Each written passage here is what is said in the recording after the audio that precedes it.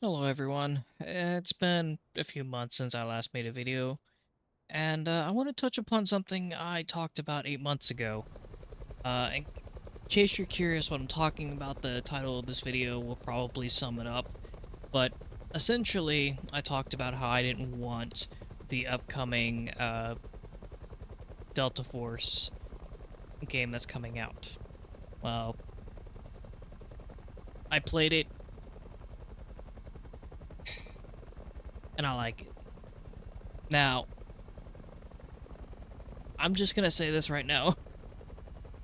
I was a hypocrite, okay? Stuff like this happens.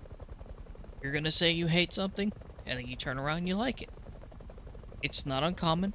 It happens all the time with, well, anyone, really. It can happen to anyone. It doesn't happen all the time to everyone, but occasionally, you get these people that aren't so stubborn like myself, who are willing to give things a try, regardless of whether or not they like it.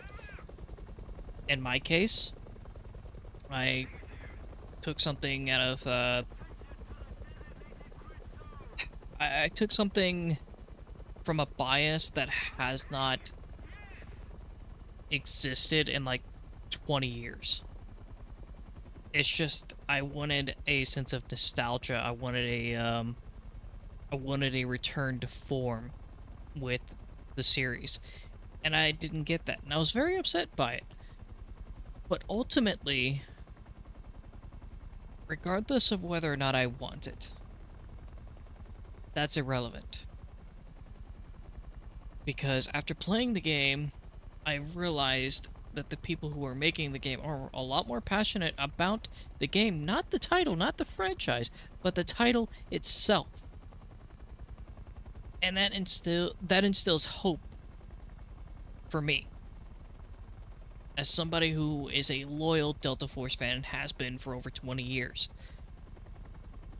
Now, I also want to point out that it is a more battlefield oriented game. Is that bad? No, they're just changing up the formula from a game that probably would not sell that well or even do that well in the market today. That's something they considered, I'm sure, and I'm sure they thought, okay, well, a single player game, a primarily single player game, especially a shooter, just isn't gonna do that well on its own, especially for a game that hasn't had a release in 20 years. I mean, technically, I think, if I'm not mistaken, I think the last Delta Force game, I'll look it up right now, actually. The last Delta Force game, I think was in 2008. Or was it? No, actually, 2009. Hold on, let me look this up. Yeah, Delta Force 2, or sorry, it was Delta Force Extreme 2 that released in 2009. That was the last game that we had released. And that's not 20 years, obviously. That's more online to 15 years, but the point still stands. We have not had a mainline title since 2004, which is 20 years at this point. 2004, we had the release of Black Hawk Down. That, in my opinion, is still one of my favorite games and still one of the most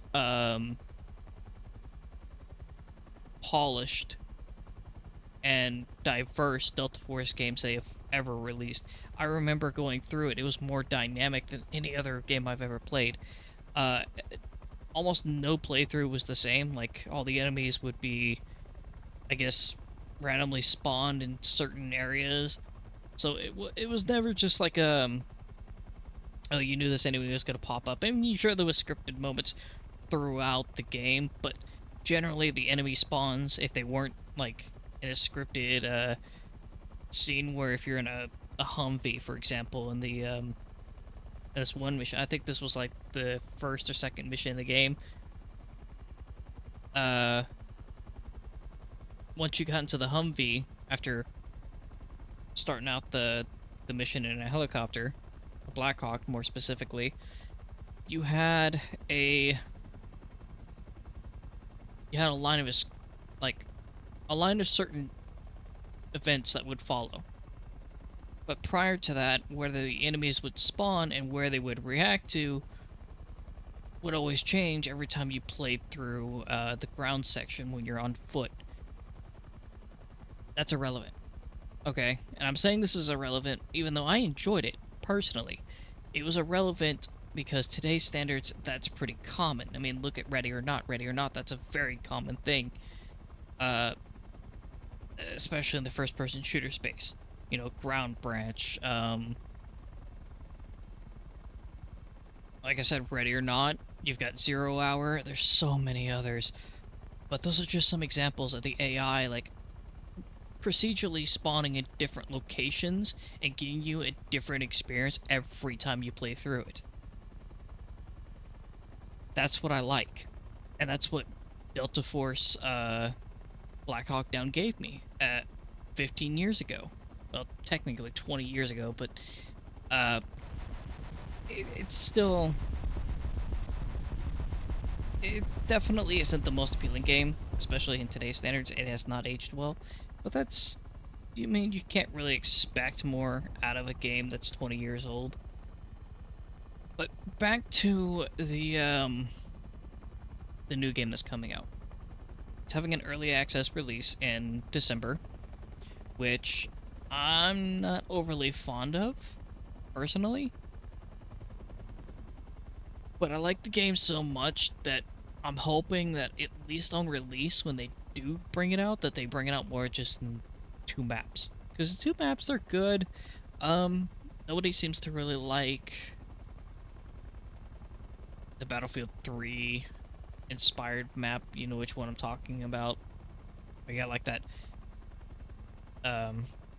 cliff base. Not everybody likes that map. I don't mind it, but it out of that and Cracked, I definitely prefer Cracked. I think Cracked is... It gives me more of a Battlefield 2 vibe to it, and I really like that.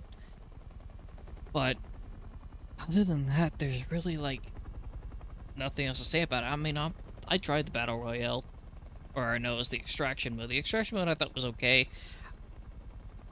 I think once people start getting used to it, because this is the same for every game, but once people start getting used to it, people start finding ways to essentially have the advantage in every moment. And this is why I can't get into first persons, or first person shooters especially. For whatever reason, like the first few days, I do great. Nobody's really figured out the controls or anything like that. X-Defiant's a prime example of this. When I first played X-Defiant, everybody I went against didn't seem like they had any idea as to what they were doing. I click so fast with any map that I play, any gun that I am given in the beginning, but like everybody else, once everybody else starts getting used to it, they pull ahead of me in skill. But I click a lot faster than they do in terms of picking up the game. This just comes from like my 30 years of playing games. Now the game I'm playing right now is called War Thunder. At first I hated this game. I did. I did not like it at all. But after, well, I think it was like 8 years away from this game, they added tanks, helicopters, naval, and just a litany of different kinds of content. And I came back to it after 8 years. And I was like, okay, this game's not as... It's actually a little more fun than I remember. Because they also updated the system, or certain mechanics for tanks. Because the last time I played tanks. It was like the, I don't know, first or second year that tanks came out was the last time I tried it. But going back to it, like, fully, after 8 years, it's a much better game. Sure, it has its issues. issues. Sure, it definitely can be frustrating as hell to play, but what keeps me grounded to this game, what keeps me coming back? Content. Not just content, but the satisfaction you get when you get a kill. This game is so, uh, it's so, what's the word I'm thinking of? It's so, unforgiving. Because you could be thrust into a match that's an up tier, which, if you don't know, an up tier is essentially just you being put in a different bracket that's higher than yours that you queued up for. That could be frustrating, especially if you're in a 6-7 tank and you have to fight against the mouse that is 7-7. That's a completely different bracket. There's no bracket contention or whatever the word is. There's no um there's no condensed bracket like there is for helicopters. And that's what makes it so difficult for tanks or people that play tanks to really enjoy this game. And the same thing with planes. Planes is a prime example. When I started playing this game, planes were the only things that were added, and you didn't have anything past, like, I think it was like 5-7, I think was like the highest BR you had at the time. It, it wasn't nearly as bad as it is now, like, in terms of compression. It's just Gaijin's got a lot of work to do with this game, but it's because of the satisfaction that I get from every kill and the sense of progression, regardless of how long it takes. All of that keeps me going back to this game. Another example I can give you is I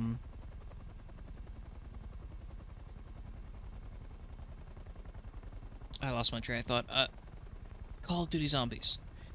This is going to be one that a lot of people don't like, but more specifically, Modern Warfare 3 Zombies. Reason why is because I have so many guns I can go in there and play with and level. It's that sense of progression that brings me back to the game. And don't get shot at.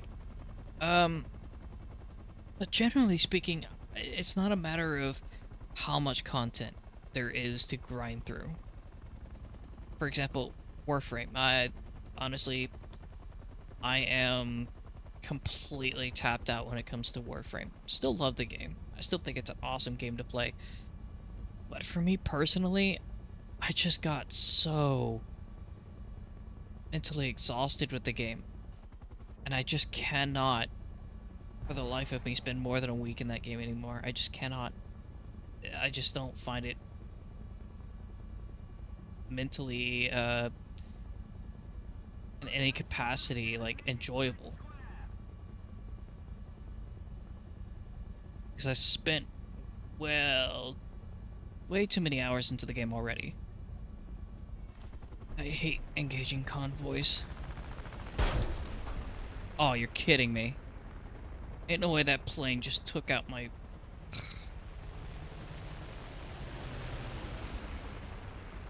God damn it. Alright.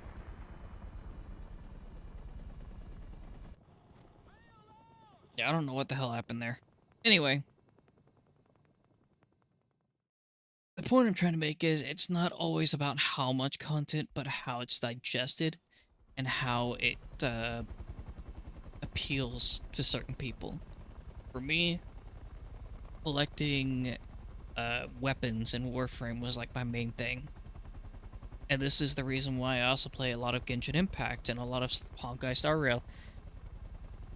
I like this sense of collection, right? Being able to collect everything that I want and knowing that I have that satisfaction of going back to it eventually and being like, oh, I actually have all this. Some people don't actually have this. I mean, I feel sorry that they don't have it, but I have it, and I'm happy that I have it. I don't think there's anything wrong per se to really emphasize that specific type of mindset. But in terms of where I enjoy most of my gameplay, it's in the sense of progression. Being able to collect and progress at the same time. Like in Call of Duty, for example, you can unlock a gun and then you have to go through and, you know, obviously spade it, or in this case, like War Thunder, unlock a tank and spade it. And if you don't know what spading is, that essentially means maxing it out. It's level. It's basically everything about it. You know, that's just what it is. That's what spading means. It's the same thing that I'm getting for the new Delta Force game. I unlock the guns, and I level them up. I get new attachments for it to enjoy the guns even more. I liked Battlefield 2042 for a little bit, but it just didn't feel right.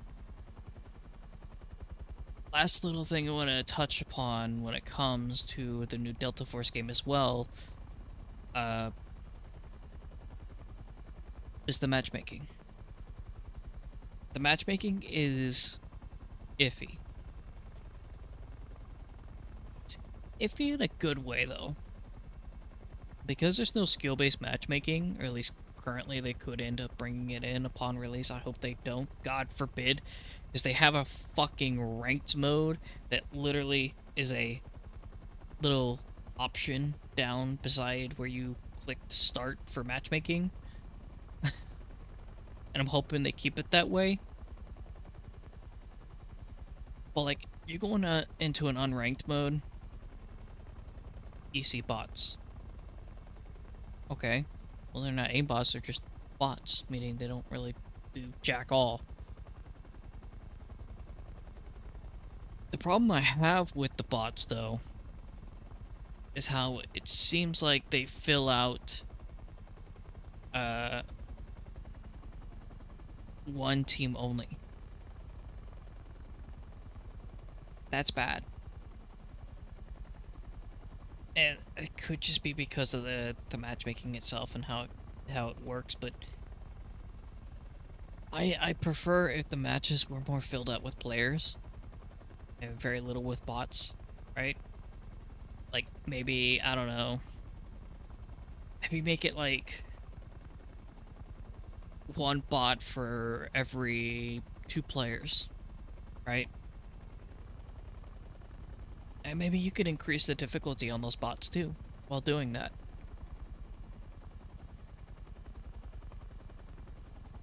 It gives players an incentive to really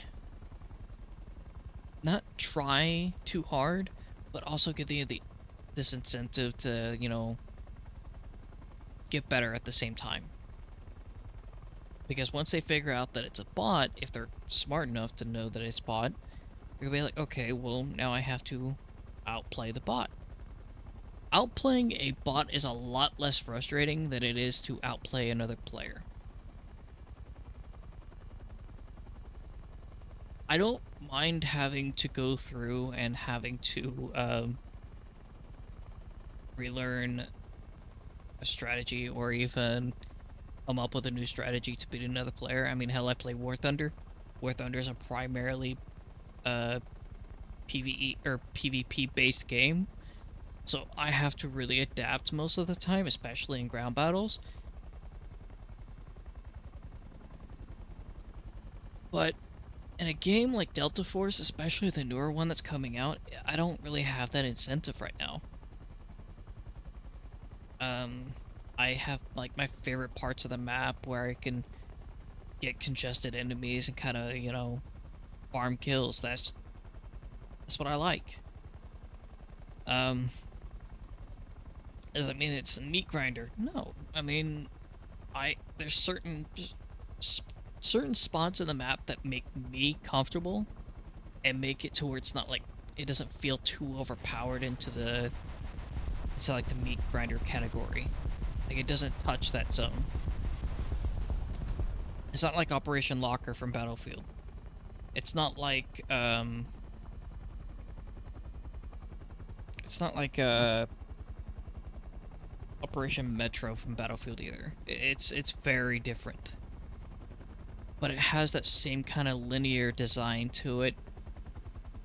Especially Cracked. Cracked has like this very linear design, despite the fact that it's an open map. But if you look at something like Operation Metro or Operation Locker, for example, from Battlefield 3 and 4, those maps are linear but also closed off. And the Operation Metro, you obviously fight within a metro station. So it's a very enclosed area. Operation Locker, that's just an enclosed military base in a snowy mountainside. Cracked has a very similar way of playing. However, it's not an enclosed area. You have like an entire area above where helicopters can easily come in and easily make a difference. And I think that's brilliant. I think that's a brilliant design. The only problem, though, is that Cracked in itself does not have helicopters whatsoever. The other map, though, it does. Now, I think for how much interior you have for a map like Cracked, I think having helicopters isn't that bad. Especially since there's a lot of buildings you can bob and weave through. I mean, if you were to add a helicopter into that map, it really wouldn't impact the map all that much. It would just make it harder for the helicopter to actually go and get kills. Now, I'm gonna say this last thing, and then I'm gonna end the video here. Am I looking forward to the new Delta Force? Yes. Yes, I am. I am looking forward to it more than I anticipated. I hated the game from obviously its first stage. I wasn't willing to give the game a shot. I absolutely hated the idea of there being a PvP centric Delta Force game, but after playing it, it's just a better it's just a better Battlefield 2042. And if they are truthful about honoring Black Hawk Down, the video game,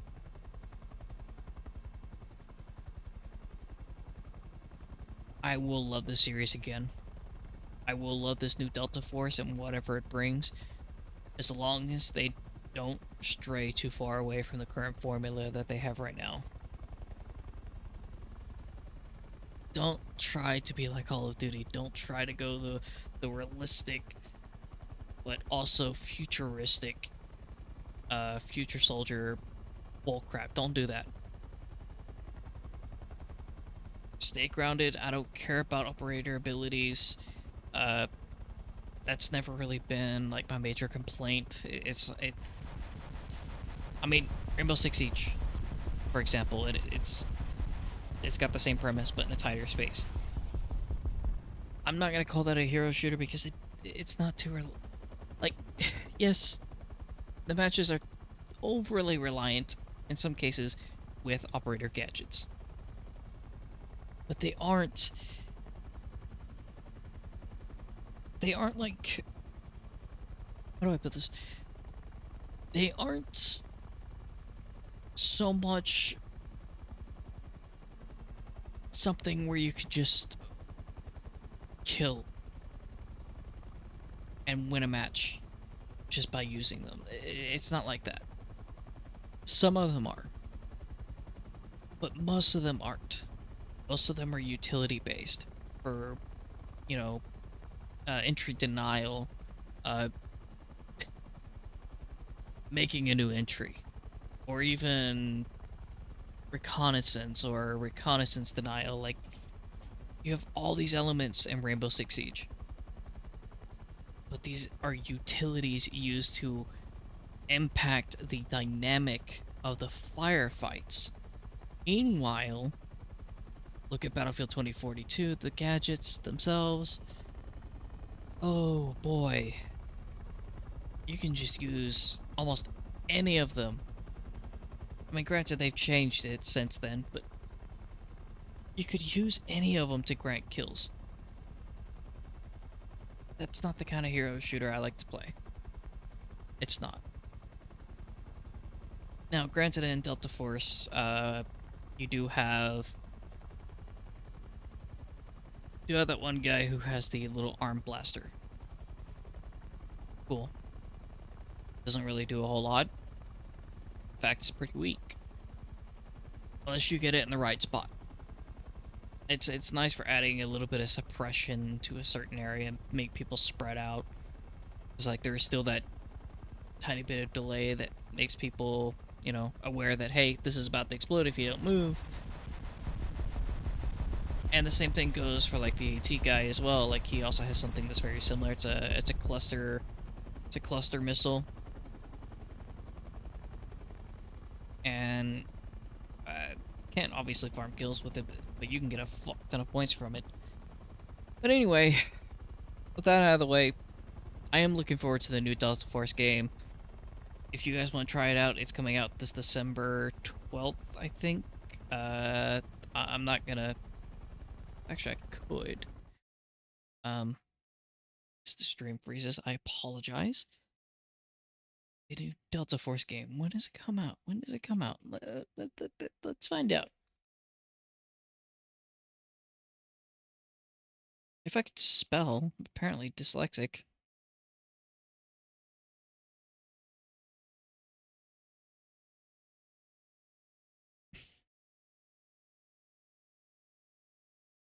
Okay.